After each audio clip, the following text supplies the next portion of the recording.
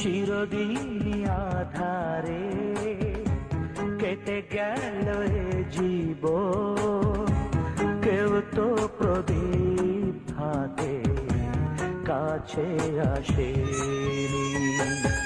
দূর থেকে দেখেছি পূর্ণিমা রাত আমি, কখনো আমার ঘরে জ্যোৎস্না ফোটে।